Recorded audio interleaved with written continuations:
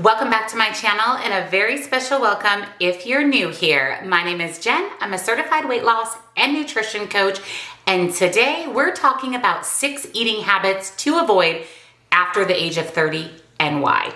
You're gonna wanna hear these. So if you're excited, give this video a big, huge thumbs up. Make sure you're subscribed and your bell notification is turned on because I upload every single Tuesday and Thursday. Check out the description box down below for nutrition coaching, where I offer personalized to you macros and calories, as well as one-on-one coaching if you would like to chat with me directly. Links, discounts to all my favorite healthy things are also down in that description box. So let's jump into 6 eating habits you should avoid after the age of 30.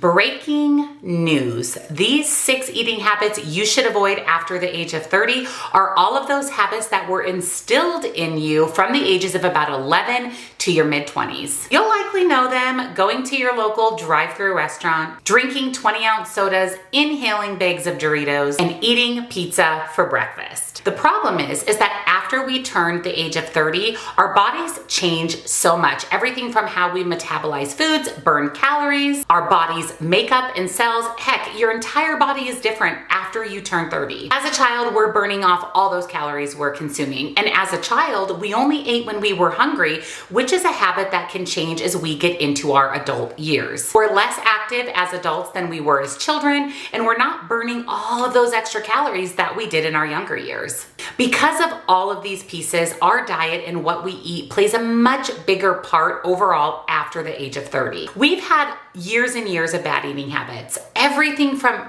habits that developed, like I said, at the age of 11 and brought us into our mid-20s. Those are habits that we've developed that are hard to break. But these habits also lead to chronic diseases such as diabetes, high blood pressure, and even heart disease. So it's important to, even though we're over the age of 30, to make these changes now to live a healthier, more sustainable, healthy weight and healthy lifestyle. So the first eating habit to break is to treating yourself just a little too often. I'm human. I love sweets, as you guys know, and we also know that having a piece of pie every once in a while is definitely not going to give you diabetes. But a slice of pie here, a Girl Scout cookie here, a piece of chocolate here, those can actually spike your blood sugar enough that can put you into that pre-diabetic zone. Look for your eating patterns in the big picture.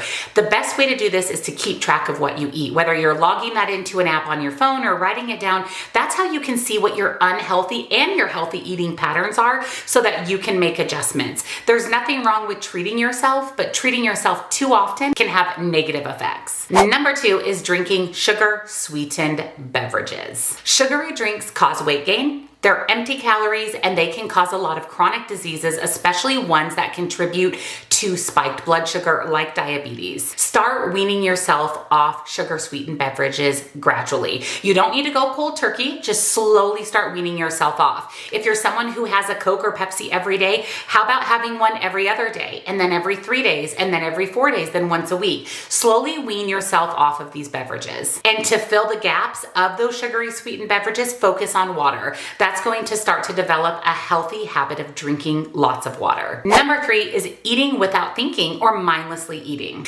This type of mindlessly eating or eating without thinking happens when you're binge watching Netflix, when you're on your phone or watching TV at dinner, or before you realize it, you've eaten an entire pint of ice cream and you don't even remember it. We also often get into the bad habit of eating when we're under stress.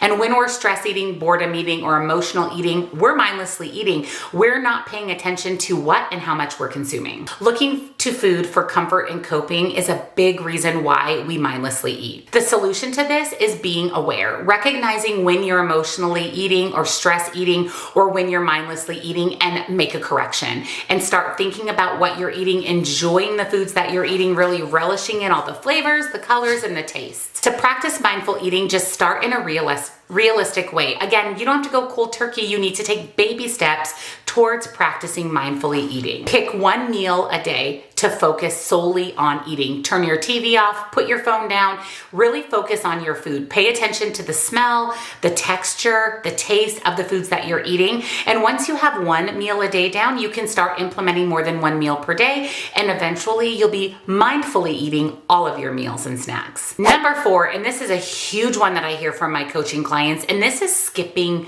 meals. You might think that skipping meals is going to make you lose weight faster, but it does quite the opposite. This only leads to long-term harm at short-term gain. And the weight that you lose in the short term is going to be comprised mainly of water weight because you're not feeding your body enough food for it to actually lose fat. When we yo-yo diet, when we restrict foods, when we skip meals, it puts our body into more of a primitive state. Survival mode, so to speak. It lowers your metabolism and your body is going to survive. And that means holding on to what little food you're feeding it, which means weight loss, not gonna happen. Your body clings to every single calorie. It is better to fuel your body when it needs fueled. Listen to your body. When you're hungry, eat. Make sure you have healthy snack or snack options on hand to make it from meal to meal. Make sure you're eating breakfast, lunch, and dinner. And make sure that you're eating healthy foods that help you lose weight. And not to mention when you get to maintenance, it's much easier to maintain your weight when you're not skipping meals. Number 5 is trying to ignore a craving.